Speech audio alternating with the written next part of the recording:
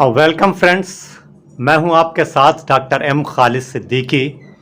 I am a retired associate professor and head department of माहितुल अमराज pathology from one of the most prestigious college of Unani system of medicine of India, that is Rajkiye या Government Takmilutib College and Hospital, Lucknow. I am making this video on the request of my students and hope you can also find this video beneficial. If you like this video, then please like, share and subscribe this channel, and don't forget to press the bell icon to get the notification earliest. Welcome dear students. हम लोग apoptosis यानी रेजिश की बात कर रहे थे। पिछले video में हम लोगों ने बात की थी कि एपोप्टोसिस की तारीफ़, उसकी डिफिनीशन क्या है, उसके असबाब, उसके काजेस क्या हैं और उसकी मार्फोलॉजी किस तरह से दिखता है, इसकी बात हम लोगों ने की थी। आज इस सेकंड पार्ट में हम लोग बात करेंगे mechanism of the apoptosis. Rejish जो है उसका मैकेनिया क्या है, कैसे होता है। और उससे शुरू करें उससे पहले एक क्विक रिकैप। हम लोगों ने बात की थी कि एपोप्टोसिस की डिफिनीशन, एपोप्टोसिस क्या है, प्रोग्राम सेल डेथ है, जेनेटिकली कोऑर्डिनेटेड सेल डेथ है, सेल सुसाइड भी कहलाती है, सिंगल सेल में भी हो सकती है, बॉडी के फ़ायदे के लिए होती है। जो सेल अब उनकी ज़रूरत नहीं है या कोई सेल इतनी डैमेज हो गई है कि वो बाद में म्यूटेशन हो सकता है, कुछ दूसरे तरह की ख़तरनाक सेल्स में कन्वर्ट हो सकती है, तो बॉडी उनको इलिमिनेट करती है। That process is the apoptosis. तो एपोप्टोसिस में होता क्या, हम लोगों ने पढ़ा था कि there are the certain enzymes into the cytoplasm. Inactive enzymes होते हैं कैस्पेजेस, वो एक्टिवेट हो जाते हैं। कैस्पेजेस जो हैं वो इंडोन्यूक्लियस को एक्टिवेट करते हैं। इंडोन्यूक्लियस जो है हमारे न्यूक्लियर क्रोमैटिन को कंडेंस कर देता है और हमारा जो सेल है वो जो है छोटे छोटे फ्रेगमेंट में टूट जाता है। सेल जैसे नॉर्मल सेल था तो श्रिंक किया और श्रिंक करने के बाद न्यूक्लियर क्रोमैटिन कंडेंस हो गया और सेल जो है छोटी छोटी एपोप्टोटिक बॉडीज़ में टूट जाती हैं। इन एपोप्टोटिक बॉडीज़ को आकर के मैक्रोफेजेस जो हैं वो इनगल्फ कर लेते हैं, वहाँ से हटा देते हैं, एलिमिनेट कर देते हैं और वो जो गैप होता है वो फ़ौरन भर जाता है। इन एपोप्टोटिक बॉडीज़ की ख़ास बात क्या है कि ये जो हमारे यहाँ पर जो प्लाज्मा मेम्ब्रेन है ये इंटैक्ट रहती है बिल्कुल, और इसके अंदर जो हमारा साइटोप्लाज्म है, सेल ऑर्गेनेल्स हो सकते हैं, न्यूक्लियर मटेरियल हो सकता है, और ये इंटैक्ट रहती है, ये कभी लीक नहीं करती है। कुछ चीज़ें यहाँ से लीक नहीं हो रही हैं विसिनिटी में, इसलिए जब भी एपोप्टोसिस होती है वहाँ पर किसी तरह का इन्फ्लेमेटरी रिएक्शन नहीं होता है। जबकि जब भी नेक्रोसिस होगी वहाँ पर लीकेज होता है और उसकी वजह से वहाँ पर इन्फ्लेमेटरी रिएक्शन होता है। तो ये रिकैप था। Now we are going to discuss this apoptosis का मैकेनिज्म कैसे होती है। तो हम लोग बात करेंगे अब एपोप्टोसिस की मैकेनिज्म। एपोप्टोसिस की मैकेनिज्म में there are the two steps, दो स्टेप्स होते हैं जब भी मैकेनिज्म हो रही है। तो step one is known as the initiation and then इधर द एग्जीक्यूशन। इनिशिएशन हो रहा है और एग्जीक्यूशन। इनिशिएशन का मतलब क्या हुआ, शुरुआत हो रही किसी चीज़ की, और एग्जीक्यूशन वहाँ पर वो फाइनल हो रहा है, पहुँच रहा है। इनिशिएशन जो है, शुरुआत जो है, it is again of two type. It may be happen by the two pathways. दो तरह से हो सकती है, टू पाथवेज इसके। वन इज द इंट्रिंसिक,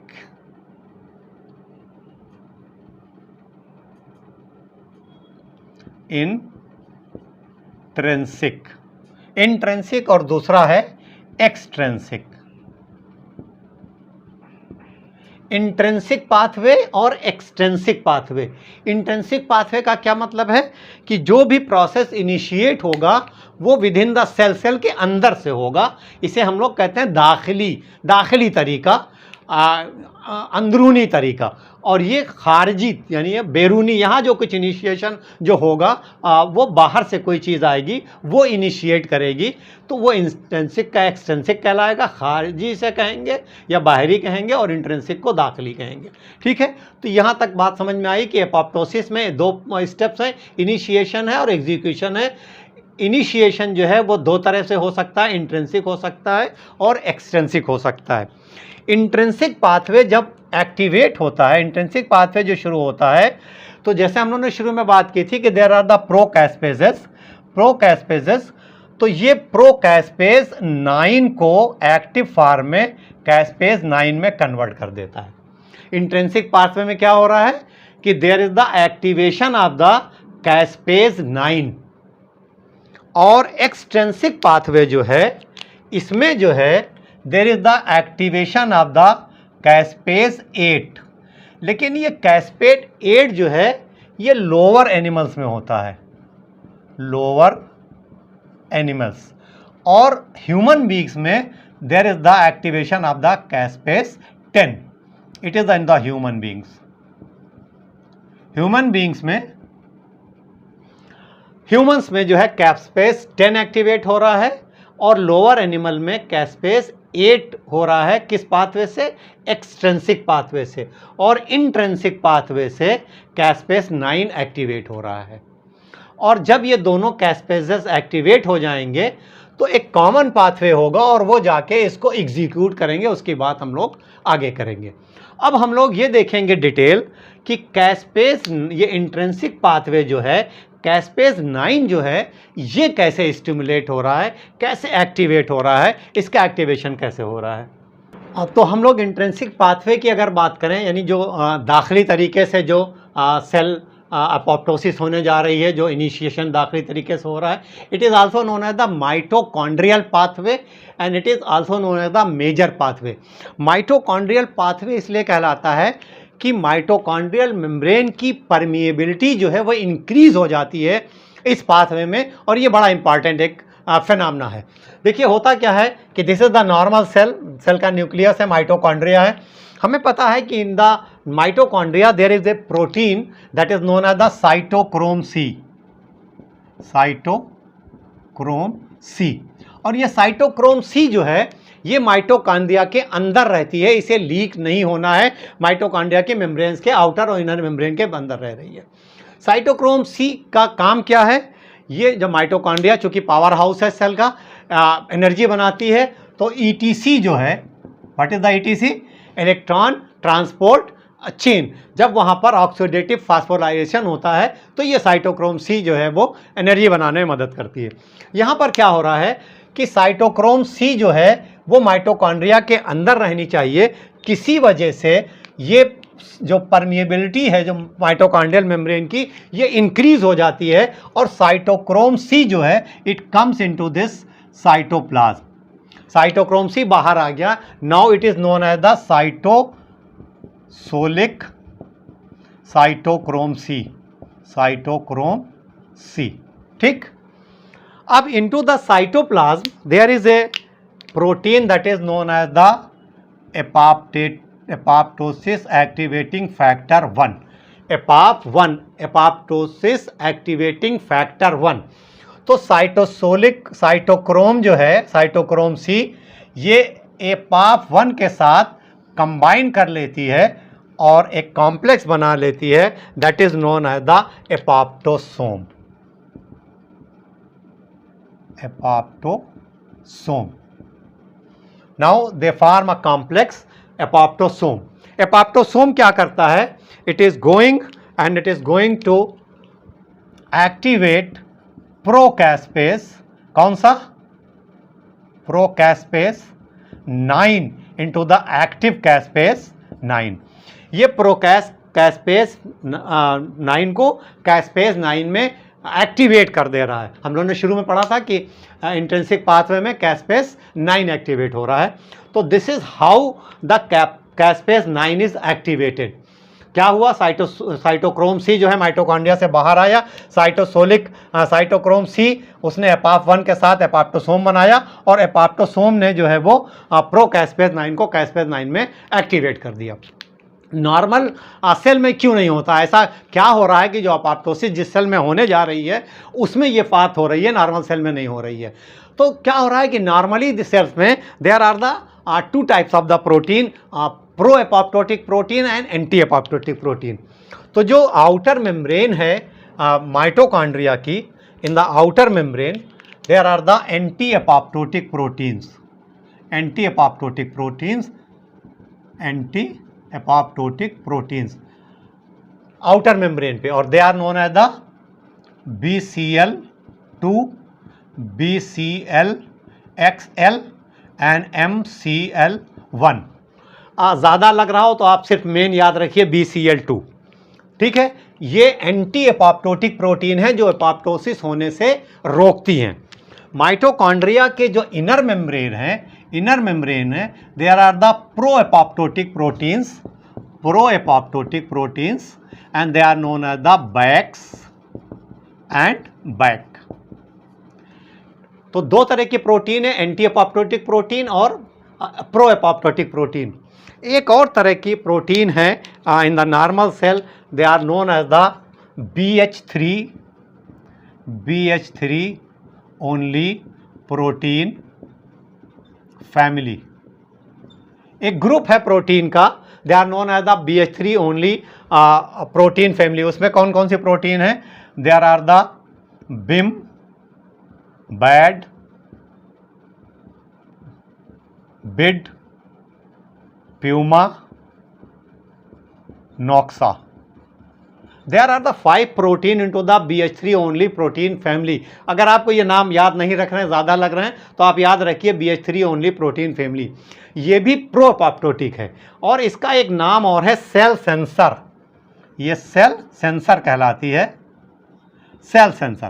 तो ये एक्सप्रेस होती है नॉर्मल सेल के ऊपर मेम्ब्रेन पर, सेल मेम्ब्रेन पे ये रहती है BH3 ओनली प्रोटीन। अब क्या हो रहा है कि this is the normal cell, सब कुछ यहाँ पर ठीक है, नॉर्मल सेल अपना फंक्शन कर रही है, बिल्कुल माइटोकॉन्ड्रिया मेम्ब्रेन इंटैक्ट है और सेल अपना नॉर्मल काम कर रही, सारे ऑर्गेनल्स हैं। जब सेल पे किसी तरह का स्ट्रेस आया या इंजूरियस एजेंट कोई आया, हम लोगों ने पहले बात की थी कि स्ट्रेस कई तरह का हो सकता है कोई रेडिएशन आया हो, कोई कीमोथेरेपी आई हो, कोई और इंजरी आई हो, उसकी वजह से सेल में क्या कि जब ये स्ट्रेस आया तो ये BH3 प्रोटीन जो ओनली प्रोटीन ऊपर हैं, सेल सेंसर्स हैं, इन्होंने सेंस किया कि सेल में किसी तरह का स्ट्रेस है और ये सेल जो है डैमेज हो गई है। अब इस सेल को जो है वो एपोप्टोसिस हो जाना है, इस सेल की, इसको ख़त्म हो जाना चाहिए। तो इसने क्या किया कि ये जो एंटी एपोप्टोटिक प्रोटीन्स थी इनको डिमिनिश किया और जो प्रो एपोप्टोटिक प्रोटीन थी इनकी वैल्यू बढ़ाई और इनको स्टिमुलेट किया। तो क्या हुआ कि ये जो इनर मेम्ब्रेन पर प्रो एपोप्टोटिक प्रोटीन थी ये एक्सप्रेस हो गई कहाँ पर? आउटर मेम्ब्रेन पर। तो जब ये आउटर मेम्ब्रेन पर एक्सप्रेस हो गई तो this membrane of the mitochondria permeable हो गई और उस परमिएबिलिटी की वजह से साइटोसोलिक जो है वो दिस जो साइटोक्रोम सी था वो साइटोसोल में आ गया और साइटोसोल में जब आया तो यहाँ पर एपाफ1 मौजूद था, उसके साथ इसने एपोप्टोसोम बना लिया और प्रोकैस्पेस को कैस्पेस 9 में कन्वर्ट कर दिया। तो this is the whole intrinsic pathway. एक चीज़ और अगर इसमें इतना काफ़ी वैसे आप जानना चाहें कि जब ये नॉर्मल सेल होती है तो एक प्रोटीन और होती है यहाँ पर साइटोप्लाज्म में, that is known as the inhibitor of the apoptosis. ये इनहिबिटर ऑफ द एपोप्टोसिस क्या करती है कि चूंकि इनहिबिटर है तो इनहिबिट करेगी। तो ये क्या करती है कि जब एपोप्टोसोम जो है प्रोकैस्पेस को कैस्पेस 9 में एक्टिवेट कर रहा होता है तो यहाँ पर इस पार्ट पर इसको इनहिबिट कर देती है, यहाँ पर रोकती है, तो एपोप्टोसिस नहीं हो पाती है। तो इसको रोकने के लिए क्या होता है कि माइटोकॉन्ड्रिया से एक और एंजाइम सिक्रीट होता है, जब ये रिलीज होता है, जब ये परमिएबिलिटी बढ़ जाती है, that is known as the SMAC DIABLO क्या करती है कि ये जो इनहिबिटरी प्रोटीन है, इनहिबिटर ऑफ एपोप्टोसिस, इसको जो है आकर के इसको रोक देती है तो एपोप्टोसिस हो जाती है। इसको ना भी पढ़ना चाहें, बहुत ज़्यादा लग रहा हो तो कोई बात नहीं है, इतना आप याद रखिए। तो क्या हो रहा है इसको अगर हम लोग समराइज़ करें कि स्ट्रेस आया, स्ट्रेस की वजह से क्या हुआ कि जो एंटी एपोप्टोटिक प्रोटीन थी ये डिमिनिश हो गई, प्रो एपोप्टोटिक प्रोटीन जो थी ये बढ़ गई, साइटोक्रोम सी जो था वो साइटोप्लाज्म में आ गया, साइटोप्लाज्म में, और साइटोप्लाज्मिक साइटोक्रोम सी बन गया। इसने जो है एपाफ 1 के साथ मिल करके क्या बना लिया, दिस एपोप्टोसोम, एपोप्टोसोम, और एपोप्टोसोम ने जा करके कैस्पेस 9 को एक्टिवेट कर दिया। तो दिस इज द समरी, आप चाहें तो एक फ्लो चार्ट ऐसे बना लें। तो this is all about the this intrinsic pathway. आप चाहिए तो इसका एक स्क्रीनशॉट ले लीजिए। इसके बाद हम लोग बात करेंगे एक्सट्रिंसिक पाथवे की। तो हम लोग मैकेनिज्म पढ़ रहे हैं एपोप्टोसिस की, और जिसमें मैंने बताया था कि उसके 2 स्टेप हैं, one was the initiation and other was the execution. Initiation हम लोग पढ़ रहे हैं। इनिशिएशन 2 तरह से हो सकता है, 2 पाथवे से, one is the intrinsic and other is the extrinsic. Intrinsic हम लोग पढ़ चुके हैं, अब एक्सट्रिंसिक की बात हम लोग करेंगे। This extrinsic pathway is also known as death receptor mediated या initiated pathway, death receptor initiated pathway. तो इसमें क्या हो रहा है कि यहाँ पर हमारा मान लीजिए this is the normal cell, this is the normal cell, this cell has the nucleus, nuclear chromatin, यहाँ पर माइटोकॉन्ड्रिया, यहाँ पर endoplasmic reticulum, Golgi apparatus, all these organs are the normal cell. हर नॉर्मल सेल पे क्या हो रहा है कि there are the certain type of the receptors, कई तरह के रिसेप्टर्स होते हैं। इसी में एक रिसेप्टर्स होता है, that receptors is known as the death receptor, it is also known as the death receptor, that is the death receptor.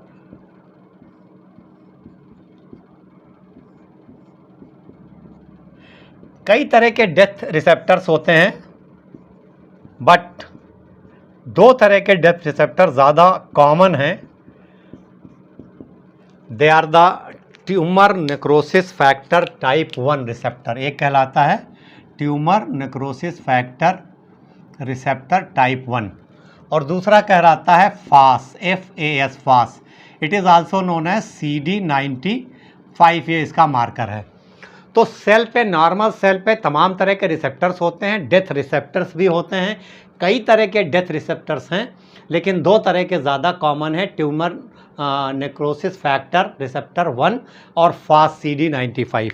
Receptor जब होता है तो उस पर कोई चीज़ आकर के अटैच होती है, and that is known as the ligand, ligand. तो यहाँ पर लाइगैंड आएगा बाहर से, और वो इस रिसेप्टर पे जब अटैच होगा तब ये रिसेप्टर जो है ये स्टिमुलेट होगा, पहले ये एक्टिवेट होगा, ये इनएक्टिव फॉर्म में होता है। तो रिसेप्टर होता कहाँ, प्लाज्मा मेम्ब्रेन पे है। हमारा प्लाज्मा मेम्ब्रेन जैसे हमको पता है जो है वो फास्फोलिपिड की बाइलेयर होती है, जो सरफेस पे एक्सप्रेस है, और इसका एक पार्ट अंदर है यहाँ पर साइटोप्लाज्म में, that is known as the death domain, death domain. ये डेथ डोमेन कहलाता है जो पार्ट अंदर है। इस पे जो चीज़ आके अटैच होगी that is known as the ligand, और लाइगेंड बाहर से आएगा। इसीलिए इस पाथ को एक्सटेंसिव पाथवे कहते हैं, या खारजी तरीका कहते हैं सेल डेथ होने का। ये लाइगेंड कहाँ से आ रहा है, ligand is coming from the जो टी सेल्स हैं हमारे, लिम्फोसाइट हैं, specially the cytotoxic T cells, वहाँ से आ रहा है। वो सिग्नल दे रहे हैं, जब ये लाइगेंड आकर के डेथ रिसेप्टर पे अटैच हो जाता है तो ये एक्टिवेट हुआ। अब सेल समझ जाती है कि हमको एपोप्टोसिस में जाना है, अब हमारी एपोप्टोसिस होगी। तो जब ये आ करके इससे अटैच होते हैं, मान लीजिए ये फास्ट डेथ रिसेप्टर हैं, तो ये फास्ट लाइगेंड जो है, ये फास्ट लाइगेंड आके इससे अटैच हो जाएगा, और जब ये अटैच हो जाएगा तो ये एक्टिवेट हो जाएंगे। जब ये एक्टिवेट होते हैं तब क्या होता है कि कई सारे डेथ लाइगेंड जो है वो पास पास आ जाते हैं।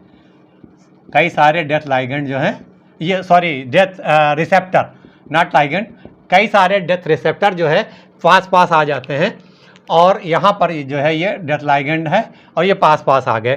तो यहाँ पर जो इनका कलेक्टिव ये डोमेन है, डेथ डोमेन जो है, this death domain is known as the fast associated death domain, FADD कहलाता है, फास्ट एसोसिएटेड डेथ डोमेन। क्योंकि ये फास्ट डेथ रिसेप्टर था, इस पर फास्ट लाइगेंड आके अटैच हुआ। तो ये क्या करता है, जब FADD बन गया, कई सारे एक साथ इकट्ठा हो गए डेथ रिसेप्टर, और ये इनके डेथ डोमेन जो फाड कहलाए, तो ये फास्ट एसोसिएटेड डेथ डोमेन ये क्या करते हैं, ये साइटोप्लाज्म में प्रोकैस्पेस 8 को इन द लोअर एनिमल्स और प्रोकैस्पेस 10 को एक्टिव फॉर्म ऑफ द कैस्पेस 8 और 10 को एक्टिवेट कर देते हैं। 8 लोअर एनिमल में होता हमने बताया था, और 10 जो है वो ह्यूमन बींग्स में होता है। तो एक्सटेंसिक पाथवे से अल्टीमेटली एक्टिवेशन हो रहा है कैस्पेस 8 का और 10 का, और इंट्रिंसिक पाथवे से क्या हुआ था, that was the activation of the caspase 9। अब मान लीजिए कि ये यहाँ पर दोनों ये कैस्पेस एक्टिवेट हो गए। हम लोगों ने जो पढ़ा था कि दो प्रोसेस थे, दो स्टेप थे। One was the activation, initiation, एक इनिशिएशन था और दूसरा था एग्जीक्यूशन।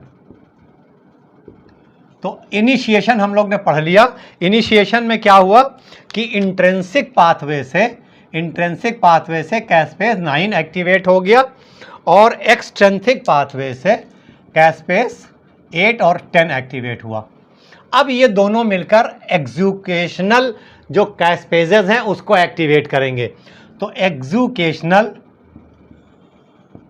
एग्जीक्यूशन होगा और ये दोनों मिलकर एक्टिवेट करेंगे कैस्पेस 3, 6 और 7 को। तो ये प्रो कैस्पेस, बहुत सारे कैस्पेस है, मैंने बताया था आपको साइटोप्लाज्म में 1 2 3 4 5 6 7 8 9 10 है करीब। तो ये कैस्पेस 3, 6 और 7 को एक्टिवेट करेगा। ये जो कैस्पेजेस हैं अब ये क्या करेंगे, ये जो है हमारे इंडोन्यूक्लियस को एक्टिवेट करेंगे, और इंडोन्यूक्लियस जाकर के न्यूक्लियर क्रोमेटिन को कंडेंस कर देगा। और ये कैस्पेजेस और क्या करते हैं, ये हमारे साइटोस्केलेटन का ब्रेकडाउन करेंगे, और जो हमारे सेल ऑर्गेनल्स हैं, माइटोकॉन्ड्रिया है, राइबोस एंडोप्लाज्मिक रेटिकुलम है, गाल्गी अपरेटस हैं और मेम्ब्रेन है। तो क्या होगा अल्टीमेटली कि न्यूक्लियस कंडेंस हो गया, फ्रेगमेंट हो जाएगा, और छोटी छोटी एपोप्टोटिक बॉडीज बन जाएंगी। एपोप्टोटिक बॉडीज,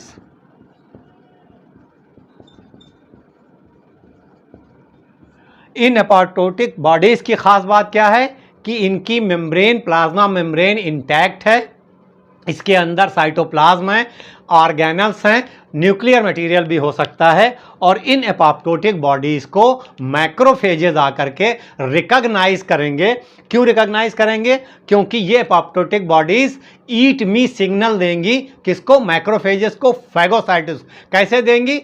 इनके जो साइटोप्लाज्म के नॉर्मल सेल के जो मेम्ब्रेन के अंदर प्रोटीन था, यहाँ फ्लिप फ्लॉप हो गया, ऊपर आ गया, दैट वाज द फास्फोडिलसेरीन।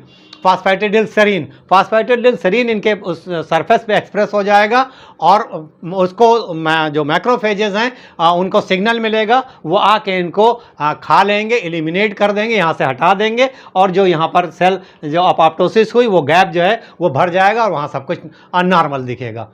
तो this is the mechanism of this apoptosis. दो तरह के हैं जो हम लोगों ने पढ़ा, यानी इनिशिएशन है और एग्जीक्यूशन है, दो स्टेप हैं। और इनिशिएशन के दो तरह से हैं, इंट्रिंसिक पाथवे है और एक्सट्रिंसिक पाथवे है। इंट्रिंसिक पाथवे में कैस्पेस 9 एक्टिवेट हो रहा है, एक्सट्रिंसिक पाथवे में ह्यूमन बीइंग में कैस्पेस 10 एक्टिवेट हो रहा है, लोअर एनिमल में 8 एक्टिवेट हो रहा है। ये दोनों मिलकर के एग्जीक्यूशनल जो कैस्पेजेस हैं 3, 6 और 7 को एक्टिवेट कर रहे हैं, और वो जाकर के न्यूक्लियर क्रोमेटिन को डैमेज कर रहे हैं, और हमारे पूरे सेलुलर स्ट्रक्चर को, जो हमारा साइटोस्केलेटन है उस सबको डैमेज कर दे रहे हैं। अल्टीमेटली अपोप्टोटिक बॉडीज बन रही हैं, और वो मैक्रोफेजेस के जरिए हटा दी जा रही हैं। This is all about this mechanism. थोड़ा सा टेक्निकल है, लेकिन मेरा ख्याल से बहुत क्लियर हो गया होगा और समझ में आ गया होगा। इसको ज़रूर पढ़िए और समझिए, और इसके बाद अगले पार्ट में हम लोग इंशाल्लाह बात करेंगे कि what is the difference between this necrosis and apoptosis. इसको पढ़िए, और अगर कुछ और पढ़ना चाहते हो आप स्पेसिफिक, जो आपको कहीं लगता हो कि बहुत ज़्यादा कॉम्प्लिकेटेड है, बहुत जो है वो समझ में नहीं आने वाला है, तो मुझे बताइए, मैं कोशिश करूँगा कि मैं उसे कवर करूँ। और बाकी आज इतना ही, इंशाल्लाह जल्द ही मुलाकात होगी अगले वीडियो में। तब तक के लिए अल्लाह हाफ़िज़।